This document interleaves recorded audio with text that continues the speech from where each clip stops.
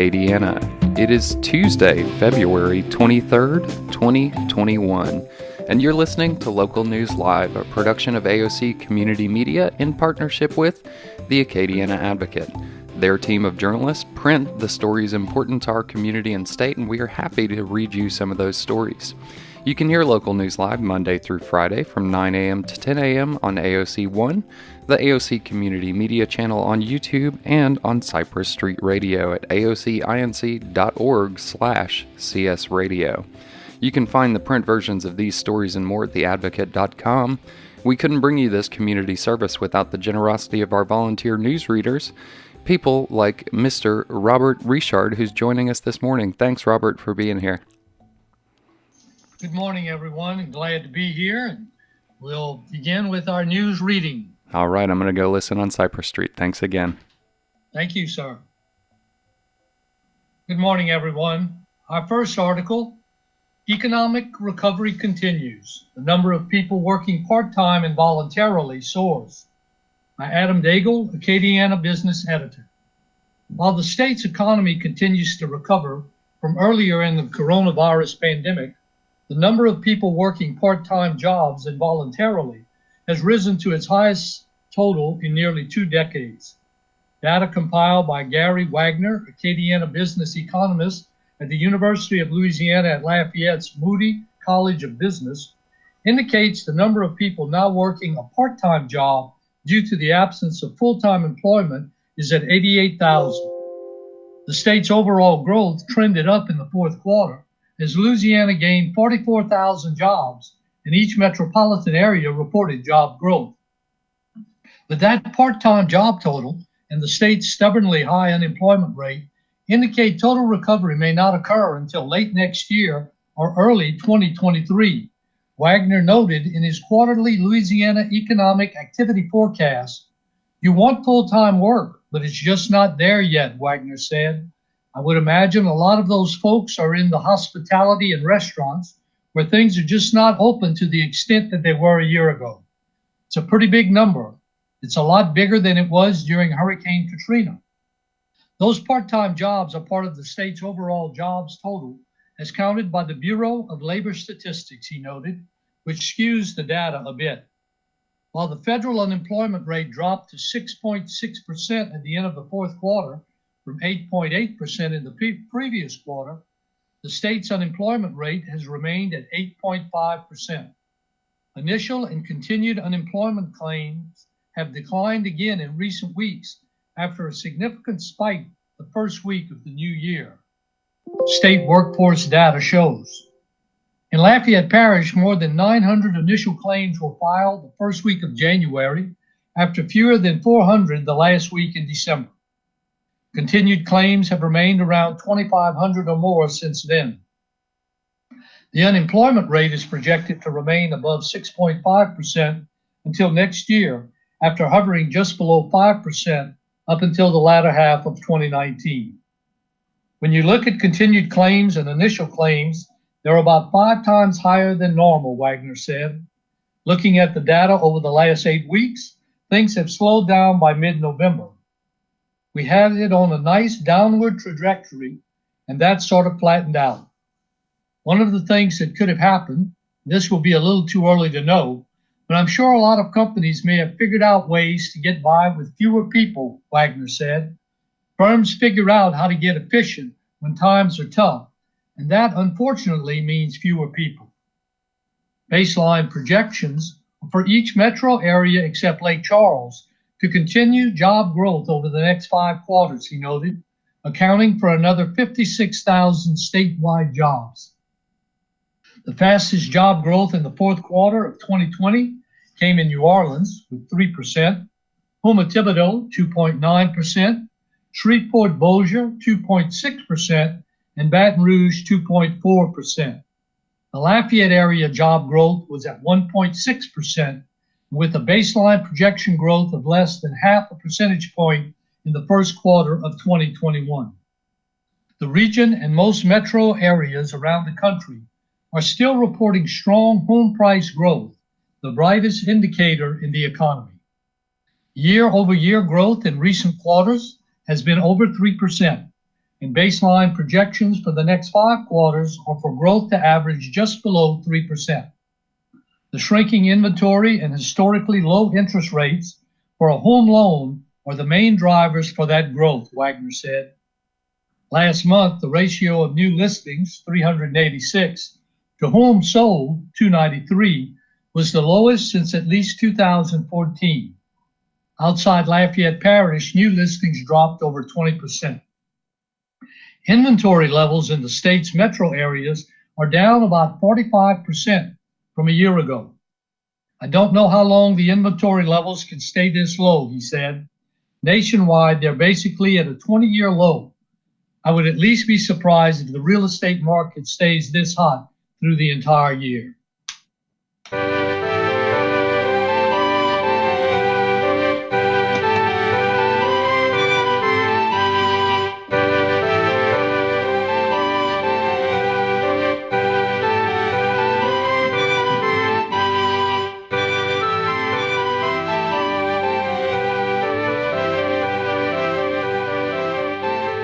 A larger fire station is being considered near UL. A land swap with the city proposed for college property. By Ken Stickney, staff writer. Plans for a new Lafayette fire station, number 5, may come closer to fruition this week when the University of Louisiana Systems Board reviews a proposed land swap involving University of Louisiana at Lafayette property on Cajun Dome Boulevard. Lafayette Fire Chief Robert Benoit said Monday that the city and university have for several years discussed exchanging land, a move that would help the city build a larger station number 5 that would accommodate bigger trucks and more personnel. He said that the station's property at 2001 Johnston Street is too small for the equipment there, which includes pumper and ladder trucks. He said construction of a new station would serve the city for up to 60 years. UL President E. Joseph Savoy told University System President James B. Henderson in a February 4th letter that the swap would enable the university to expand its main campus, although it did not list a specific purpose for expansion. The university is landlocked to the south toward the current station number 5. The university's master plan, which was created with an enrollment of 20,000 students in mind, has added housing and parking near the current station number 5. A new fire station number 5, in turn, would be built on land near Blackham Coliseum and the university's new walking track. That would place the new station near the major intersection of Johnston Street and Cajun Dome Boulevard, with ready access to the campus's university common area and to nearby residential neighborhoods. Benoit said the new location would give the station quicker access all the way to Interstate 10 as well. Benoit said the city has been rebuilding its older stations at a cost of $1.8 to $2 million each. He said there are no architectural plans drawn up yet for a new station, pending approval of the land swap. He does have plans, though, for what's needed at the station. In addition to the UL System Board, the Louisiana legislature must also approve the land exchange. We've been trying to move out of station number 5 for some time, Benoit said. We're probably still a ways out. He said the city fire stations are located about 1.5 miles apart to meet Property Insurance Association of Louisiana standards. UL spokesperson Eric Marone said the exchange would be hugely beneficial to the city and campus. It fits with the city's intention to replace its older fire stations, the city said, and it fits within the UL master plan.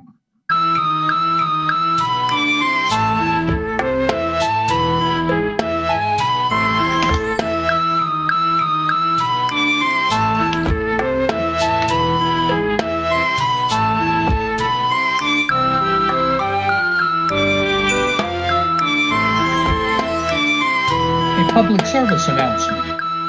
The Black Pages of Greater Lafayette. Lafayette Consolidated Government, LCG, is releasing the latest edition of the Black Pages of Greater Lafayette, a directory of Black-owned businesses. Since the last edition was released in 2019, Black-owned businesses have nearly doubled, increasing from 350 to 650.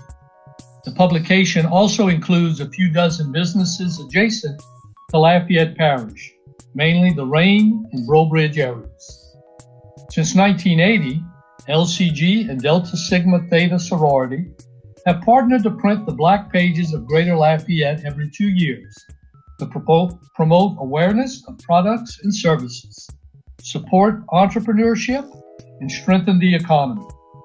Copies are first come, first served, and will be available at the following Lafayette Consolidated Government locations: the Clifton Chenier Public Library at 220 West Willow Street, the Lafayette Public Library Main Branch at 301 West Congress Street, the Lafayette City Parish Hall at 705 West University, the Jesse Taylor Center at 111 Shirley Picard Drive off of Mudge Street between the fire station and the O.J. Mouton Pool.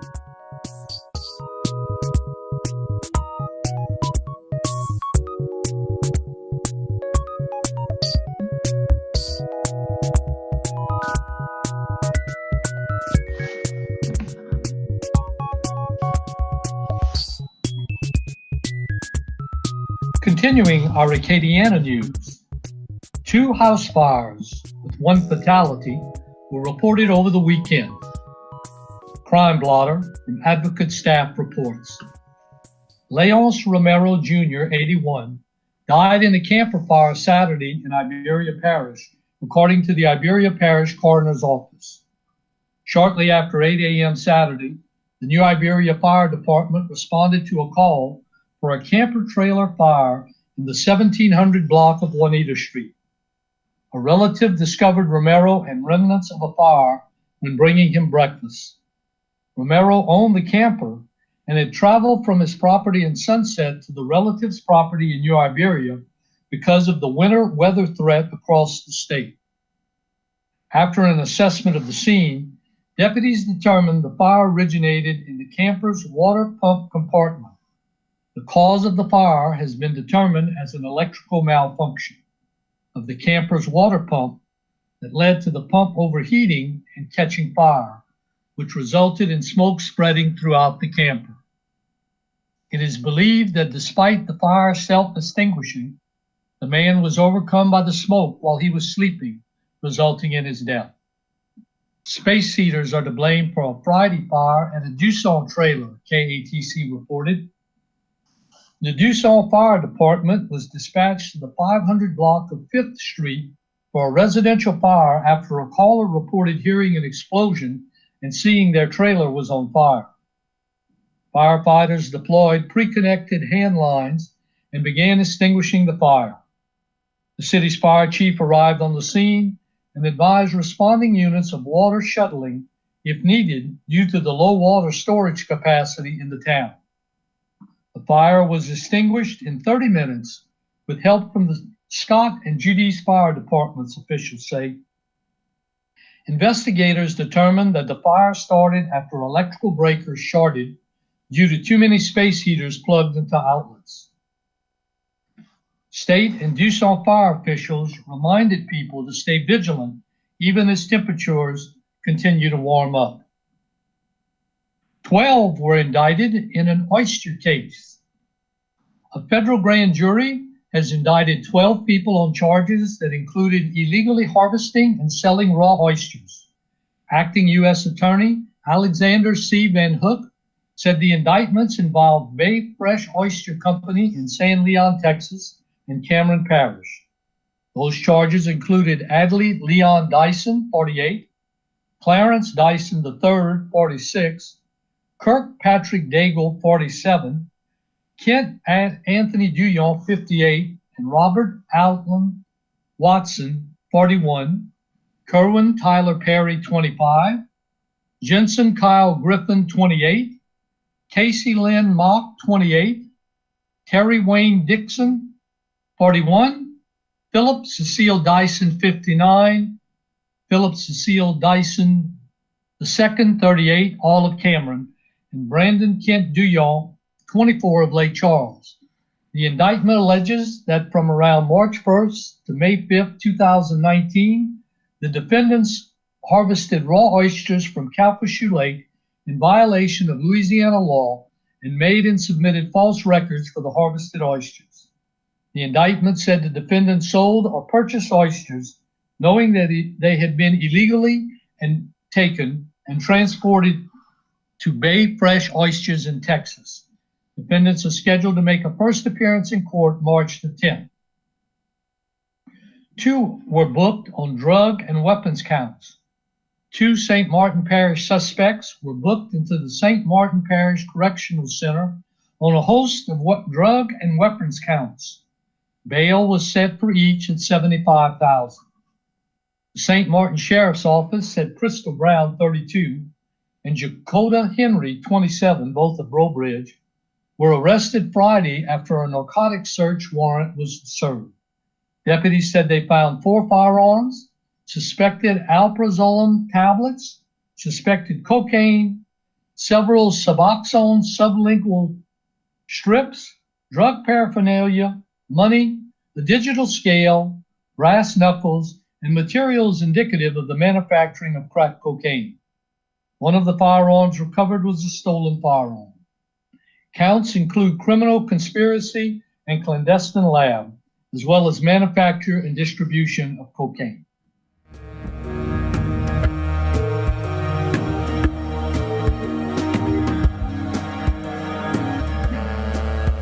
Acadian middle cheer coach emphasizes being a cheerleader. Team members learn about community service. Katie Gagliano, staff writer.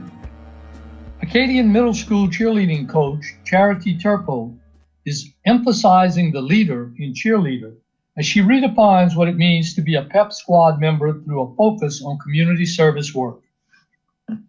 Cheerleading has its hallmarks: performances at sporting events and pep rallies, crowd-friendly chants and dance routines, and perky bows and pom-poms. Like most things in the era of COVID-19 pandemic, cheerleading faced upheaval because of the safety limitations. The squad size was limited, away game travel was scrapped, and the girls had been avoiding stunts and other close contact performance elements, Turple said. The coach said she has always seen the role of the cheerleader as more than swishy squirts and pom-poms. Cheerleading pushes squad members to develop confidence, learn to present in front of an audience, set goals, exercise discipline, respect others, and work as a team. Under Turpo's tutelage, they're also learning the importance of compassion and how to bring cheer to others through service work, she said. I was born into a family that would give. That's just where my foundation comes from. I was taught it's better to give than receive, hence why my name is Charity Faith. It's kind of like my love language, acts of service. I'm hoping they see there is love to give and acts of service. I'm hoping they see there is love to give, and the majority of the time, the most important way you can spell love is T-I-M-E. Just give your time, she said. Turple said she's also incorporated philanthropy opportunities into her leadership approach. This year, with only 4 girls on the squad, down from an average of 15 to 20 members in a typical year, the coach chose to lean heavily into the service angle to help her girls channel their energy and build a sense of community as performance opportunities dip. The team has donated glasses to the Lions Club of Lafayette, donated toys to the St. Martinsville Community Christmas Parade, donated clothes and shoes to the Outreach Center in Lafayette, made Valentine's cards for nursing home residents, and delivered Valentine's care packages to Acadian middle teachers and support staff, Turple said. Each service project is an opportunity to expand the children's worldview beyond their home and school, teaching them about the lives of others and the capacity they have to make a positive difference, the coach said. At that middle school age, it starts to shape their mind on possibilities of what they can have or can be, she said. Turpo credits Acadian Middle's administrators and faculty for empowering the team to make a difference. The coach, who leads the morning announcements, said she's currently constantly building awareness of their service efforts among the staff and other students. And she keeps a collection box in her room each time donations are needed.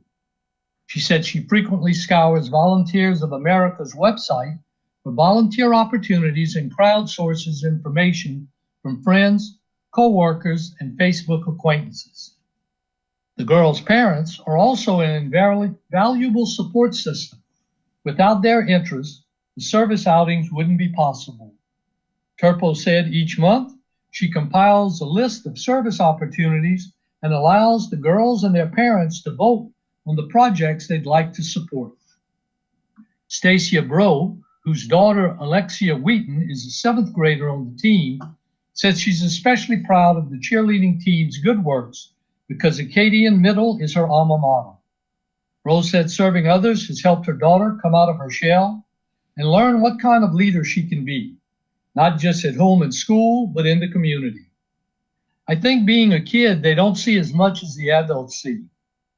It's important they understand what other people go through. They need to realize that not everybody has what they need, she said. Alexia said serving others has helped build her confidence to the point she's considering a run for captain next year. The 12-year-old said she likes being in a position to help others, and seeing the joy from the people they're assisting is fulfilling. With everything going on, and a lot of people don't have all this stuff and really need our help, Alexia said.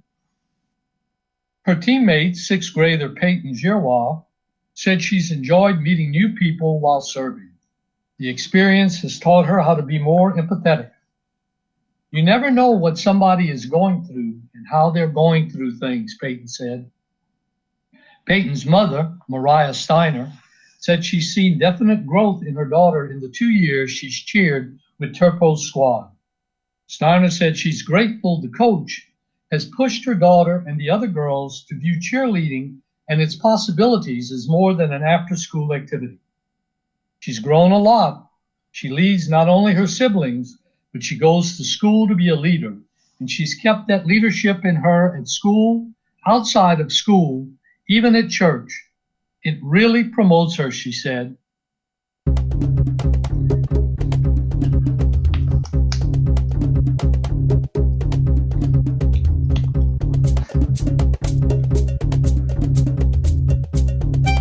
In state news, more of the same for spending in the basin.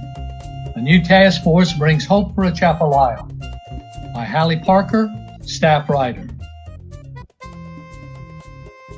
Little is new in Louisiana's annual plan for addressing the rapid filling in of the Atchafalaya Swamp.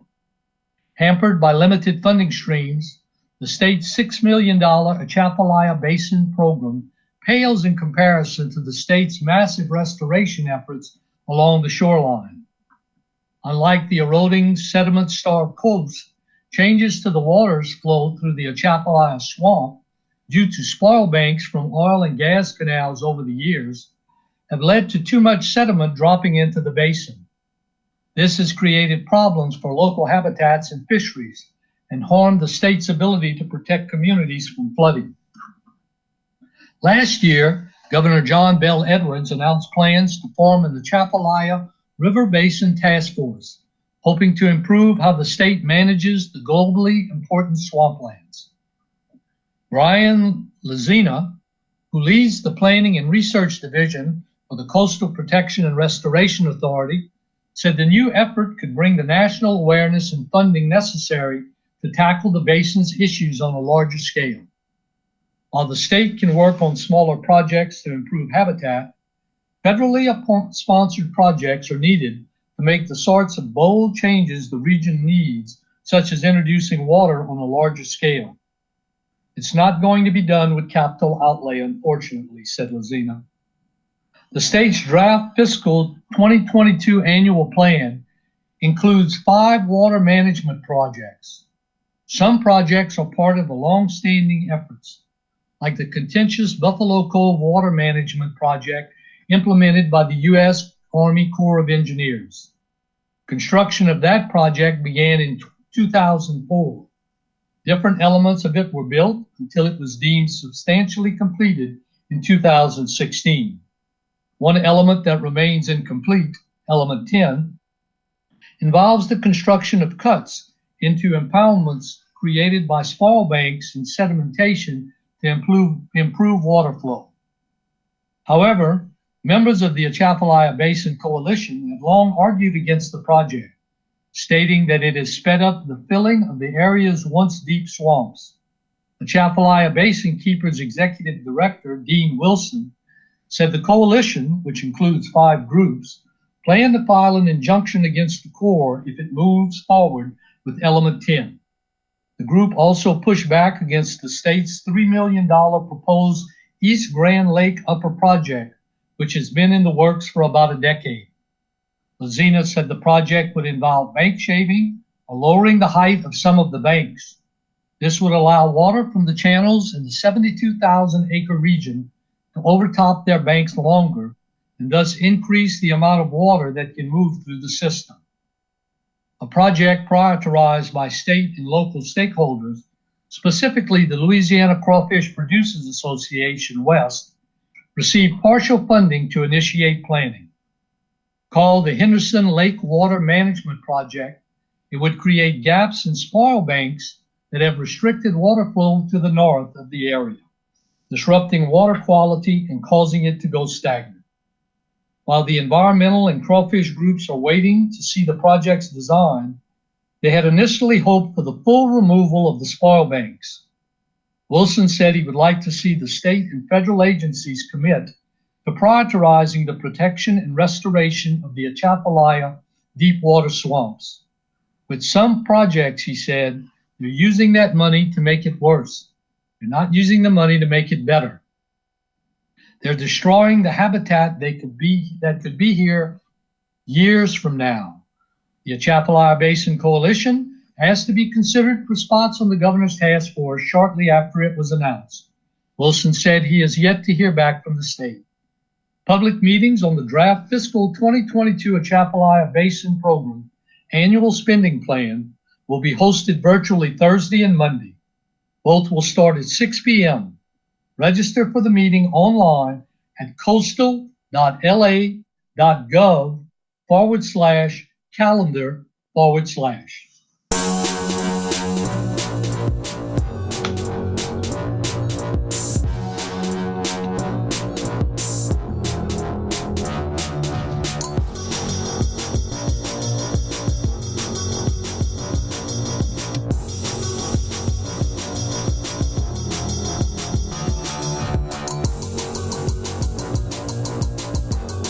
Today in History by the Associated Press. Today is Tuesday, February 23rd, the 54th day of 2021. There are 311 days left in the year. Today's highlight in history: on February 23rd, 1836, the siege of the Alamo began in San Antonio, Texas. On this date, in 1861, President-elect Abraham Lincoln arrived secretly in Washington to take office, following word of a possible assassination plot in Baltimore. In 1903, President Theodore Roosevelt signed an agreement with Cuba to lease the area around Guantanamo Bay to the United States. In 1942, the first shelling of the U.S. mainland during World War II occurred as a Japanese submarine fired on an oil refinery near Santa Barbara, California, causing little damage. In 1945, during World War II, U.S. Marines on Iwo Jima captured Mount Suribachi, where they raised 2 American flags. The second flag raising was captured in the iconic Associated Press photograph. In 1954, the first mass inoculation of school children against polio using the Salk vaccine began in the Pittsburgh area as some 5,000 students were vaccinated. In 1965, film comedian Stan Laurel, 74, died in Santa Monica, California. In 1981, an attempted coup began in Spain as 200 members of the Civil Guard invaded Parliament, taking lawmakers hostage. However, the attempt collapsed 18 hours later. In 1995, the Dow Jones Industrial Average closed above the 4,000 mark for the first time ever, ending the day at 4,003.33. In 1998, 42 people were killed, some 2,600 homes and businesses damaged or destroyed by tornadoes in Central Florida. In 2007, a Mississippi grand jury refused to bring any new charges in the 1955 slaying of Emmett Till, the black teenager who was beaten and shot after being accused of whistling at a white woman, declining to indict the woman, Carol Bryant Donham, for manslaughter. 10 years ago, in a major policy reversal, the Obama administration said it would no longer defend the constitutionality of the Defense of Marriage Act, the federal law banning recognition of same-sex marriage. 5 years ago, Donald Trump won the Nevada Republican caucuses. Marco Rubio finished second, while Ted Cruz placed third. 1 year ago, Chinese President Xi Jinping defended the Communist Party's response to the coronavirus as timely and effective, but warned that the epidemic was still grim and complex. Japan reported the third fatality from among those who had been aboard the quarantine cruise ship. Iran raised its death total to 8, the highest total outside China. Italy reported 152 cases, the largest number outside of Asia, including 3 deaths. Italian authorities said they would shut down Venice's famed carnival events in a bid to stop the spread of the virus. Today's birthdays. Pro and college football Hall of Famer Fred Biletnikoff is 78. Author John Stanford is 77. Country rock musician Rusty Young is 75. Actor Patricia Richardson is 70. Former NFL player Ed Too Tall Jones is 70. Rock musician Brad Whitford of Ariel Smith is 69. Singer Howard Jones is 66. Rock musician Michael Wilton of Queensrich is 59. Country singer Dusty Drake is 57. Actor Kristen Davis is 56. Former tennis player Helena Sokova is 56. Actor Mark Price is 53. TV personality businessman Damon John of TV Shark Tank is 52. Actor Niecy Nash is 51. Rock musician Jeff Bears of Sister Hazel is 50. Country singer Steve Holley is 49.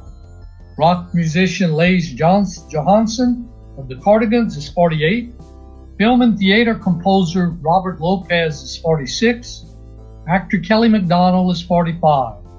Rapper Residente Kale of 13 is 43. Actor Josh God is 40. Actor Emily Blunt is 48.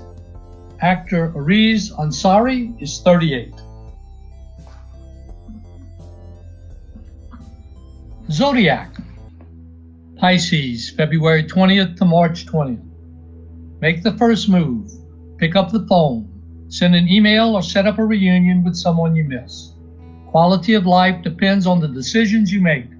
Consider what makes you happy and content and head in that direction. Aries, March 21st to April 19th. Sink your teeth into what you can accomplish. Productivity will help ward off disagreements and make an impression on someone who counts. Taurus, April 20th to May 20th. A unique take on an old idea will excite you. If doubt sets in, know enough to step back and rethink your next move. Change is only useful if it is beneficial. Focus on using your skills efficiently. Gemini, May 21st to June 20th. You'll have to stay ahead of the competition. Gather information, verify facts, and use your intelligence and charm to keep the peace and bring about positive change. Avoid taking risks with your health. Cancer, July 21st to July 22nd. If you are resourceful, original, and insightful, acknowledgement will follow. Look for workable partnerships and money-making opportunities. Invest time and money in your interests. Leo, July 23rd to August 22nd. Cross every T and dot every I to avoid criticism. Someone will be waiting and watching for a mistake you made. Avoid unpredictable people and protect your reputation, meaningful relationships, and professional position. Virgo, August 22nd to September 22nd. Have everything in place and be ready to roll. Look for the signs and let your intuition lead the way. Don't share information with a peer who may not be trustworthy. Libra, you'll encounter turmoil at home or work if you let your emotions interfere with your responsibilities. Get your duties out of the way and move on to more pleasurable tasks. Scorpio, spend more time at home. Learn something new or make a lifestyle change that encourages better health. Walk away from bad habits. Sagittarius, keep an open mind, but don't believe everything you hear. Someone will take advantage of you if you let down your guard. Discipline will pay off. Capricorn, December 22nd to January 19th. Pay attention to what's happening in your domestic life. Putting the zest back into your life will be your ticket to success. Aquarius, January 20th to February 19th. Live within your means and avoid relationships with extravagant individuals. Concentrate on personal improvement. Turn an unexpected change into a new beginning. A horoscope is an entertainment feature and is not based on scientific fact. Continuing state news. Legislator raises question about LSU's white rage discussion by Mark Ballard, Capitol Bureau editor. Louisiana lawmaker who oversees all legislation affecting LSU raised pointed concerns about an academic panel discussion slated to begin at 3:30 p.m. Tuesday on white rage against Black people. Members of my committee, the House, and the public are asking if the university and/or the Board of Regents, BOR, has taken an official position regarding white rage, wrote House Education Committee Chair Ray Garofalo Jr., Republican of Chalmette, to Louisiana Higher Education Commissioner Kim Hunter-Reid. I also received some questions regarding the series Racism, Dismantling the System. In particular, what system are the advocates suggesting be dismantled? Why does the said system require dismantling? And again, is this an official position of the university and/or the BOR? Garofalo continued. Reed's staff said the commissioner forwarded the email to LSU, where it was answered by interim LSU president Thomas Galligan. Galligan told Garofalo and House Speaker Clay Schexnayder, Republican of Gonzales, that this was an academic discussion, part of a series, and as such didn't represent any position taken by the university. As long as the university and the Board of Regents don't take positions on those issues, then I'm okay. If they did, we would have to look more into it, said Garofalo Monday. A free speech advocate, Garofalo said, he has been concerned that conservative viewpoints are often censored on campuses around the country. New Orleans area constituents, committee colleagues, and other legislators had raised questions with him as chair of the Education Committee about the panel discussion and why it is being spotlighted by the university. I'm going to follow up, Garofalo said. I'd like to know something more about the balance.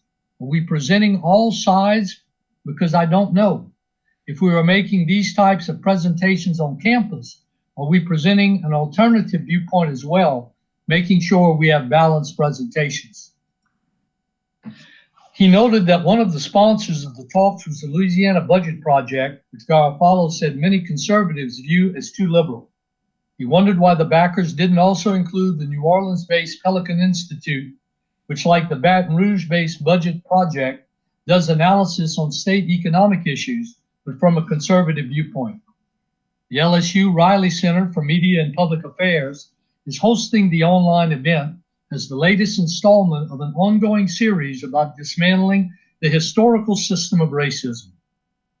LSU is putting on the series with the Southern University and A&M College's Nelson Mandela College of Government and Social Sciences, Louisiana Budget Project, NAACP Louisiana State Conference, and the LSU Office of Diversity, Equity, and Inclusion. The title of Tuesday's episode comes from the book Religion of White Rage, Religious Fervor, White Workers and the Myth of Black Racial Progress.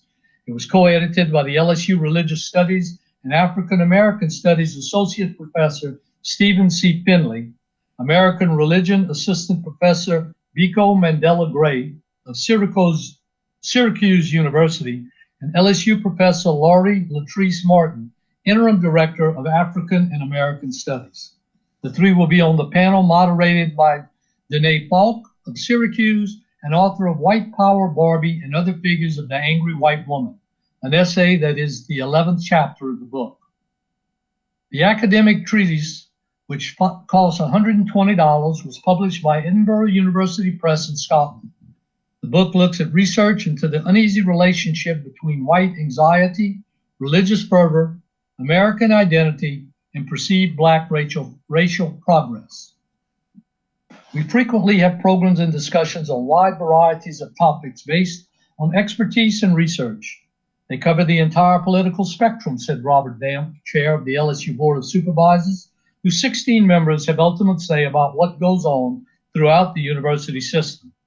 The purpose of programming is to inform students and expose them to new ideas and help promote critical thinking. Sometimes those ideas are controversial, but that's part of the educational mission of any university and central to a democracy. Janae Slocum, director of the Riley Center, said this event received some inquiries from the public, but then other discussions in the series have been questioned as well. The issues we're looking at here, racism and structural racism, Slocum said, is not something we often talk about. It makes people uncomfortable. LSU President Galligan also pointed out that the Riley Center for Media and Public Affairs is named for a conservative Baton Rouge State Representative, Kevin P. Riley Sr. The event series you question about fits within what Mr. Riley desired the center to explore, Galligan wrote to follow. He also pointed out that the panel made a similar presentation for the Harvard School of Divinity.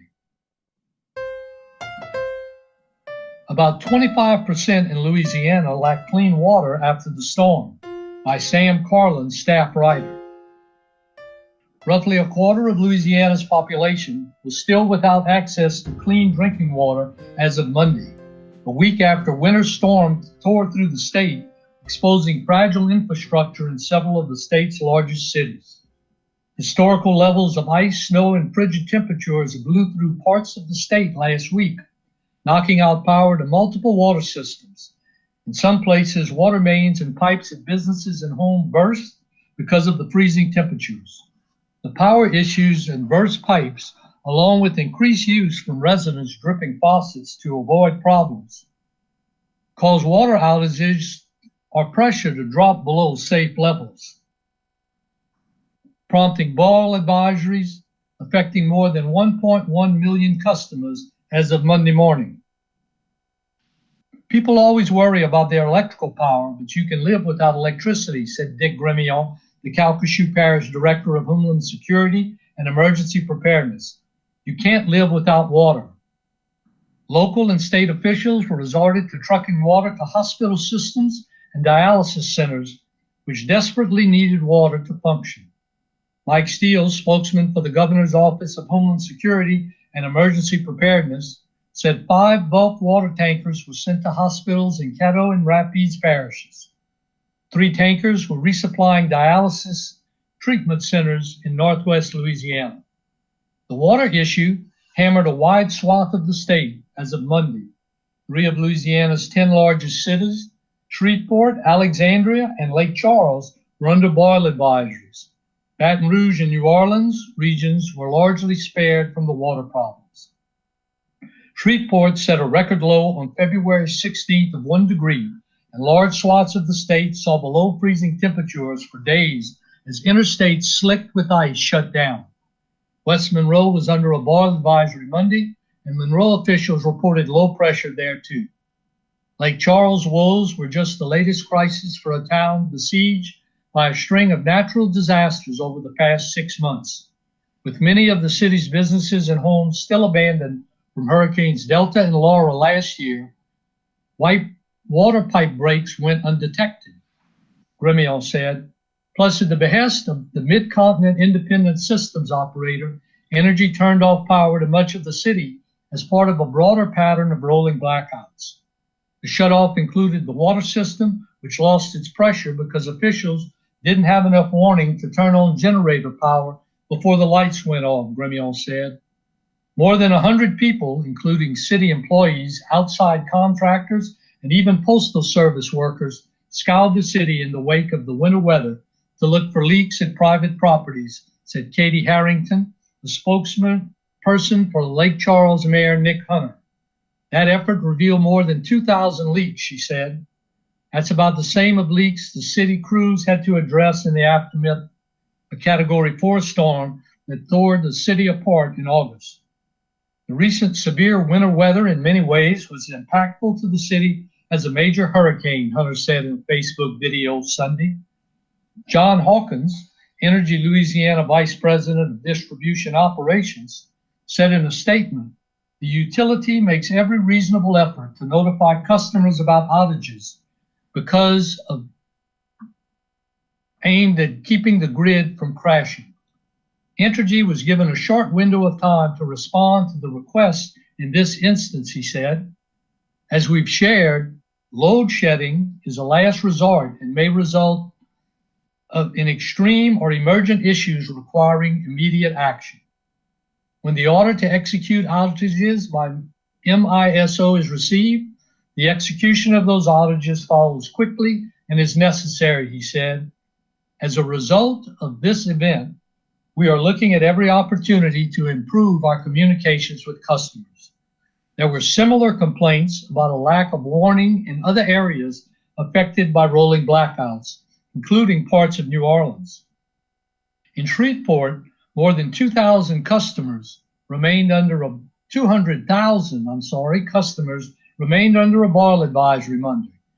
Mayor Adrian Perkins said in an interview he expects the city will restore the water system by Tuesday.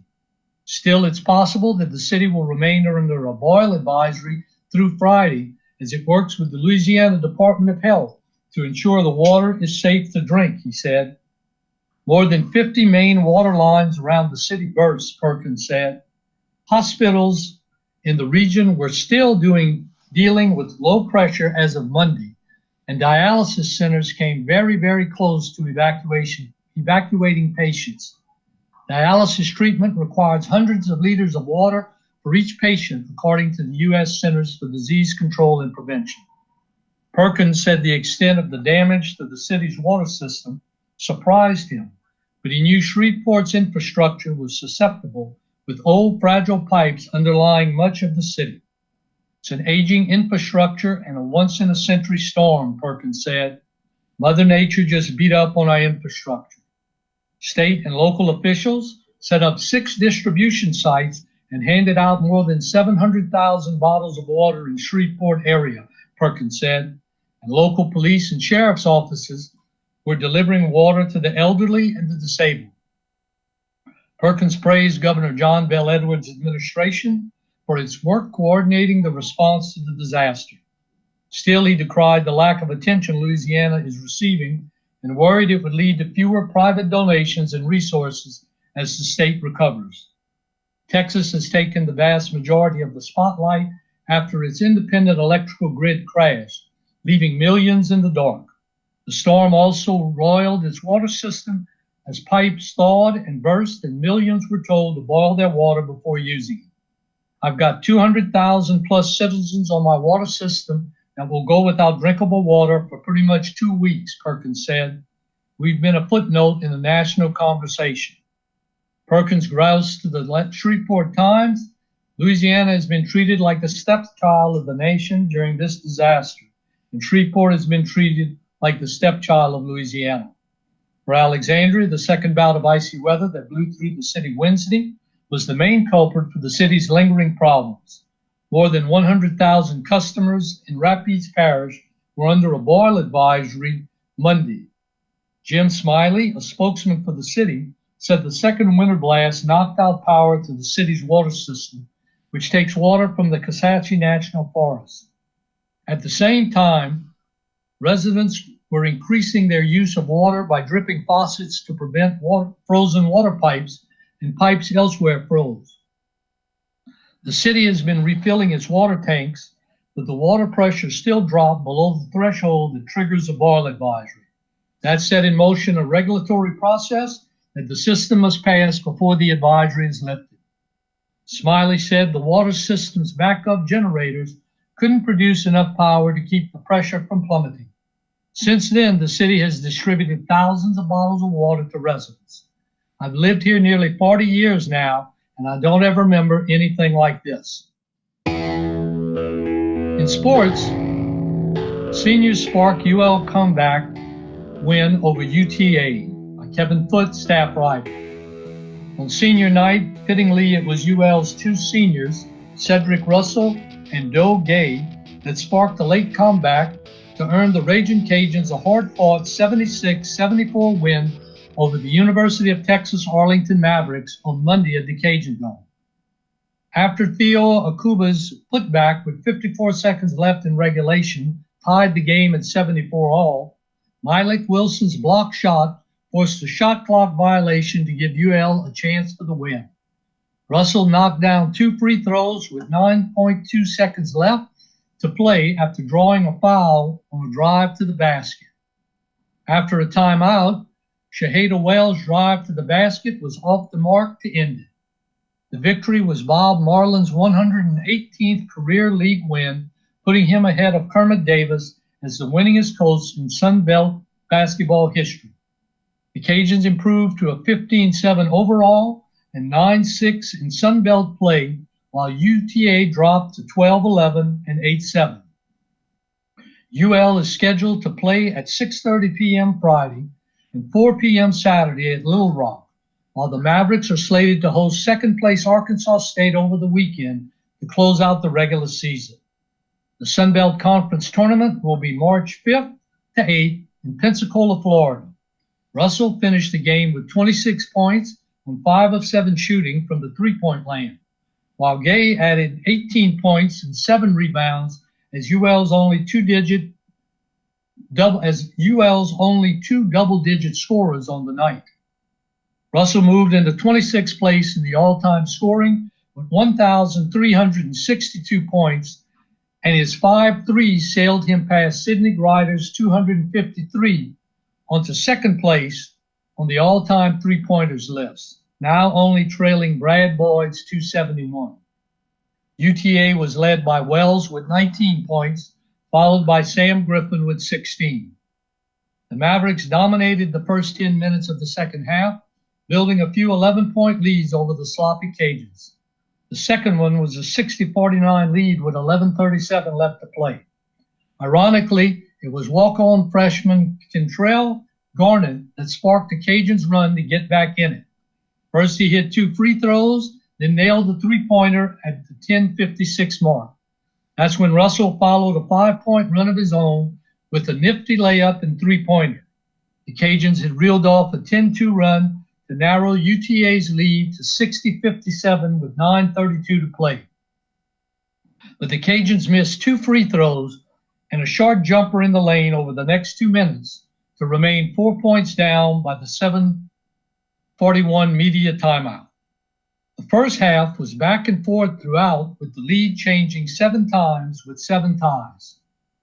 UL led for the 12-17 and the Mavericks at the 5:03 mark. The biggest differences was the Mavs getting hot late in the first half with 4 three-pointers over the final 6-7 to take a 33-34 lead. The Cajuns attempted to run the offense through the center of Cuba initially, but he played only 4:43 in the first half, trying to keep him out of foul trouble. In his place, freshman Isaiah Richardson came through with 8 points and 7 rebounds in 15 minutes of 3.3 shooting from the field. Funerals today in the Acadiana area: Richard Bear, the Lone Chapel of the Flowers at 2 p.m., Donald Hernandez, David Funeral Home in New Iberia at 2 p.m., and Robert Welch, St. Edmund Roman Catholic Church in Lafayette at 2 p.m. This has been the local news for February 23rd, 2021. I have been your reader, Robert Richard. Join us at 9 a.m. Monday through Friday on AOC 1, Cypress Street Radio, or the AOC Community Media channel on YouTube. You can read these stories and more at theadvocate.com and find out how to volunteer and more at aocinc.org. Have a good day.